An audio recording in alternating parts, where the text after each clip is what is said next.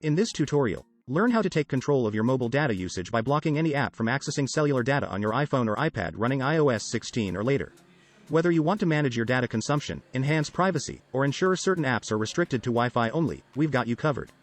So let's update the iOS version at first. Tab on Settings app. Next tab on General. Then tab on Software Update. In my situation, it is already up to date. If you see any update button on this page, click on it first. After updating, move to Next Steps. Go to Settings and tap on Cellular or Mobile Data. Scroll down to the list of apps. Find the app you want to block from using cellular data and toggle the switch next to it to the off position.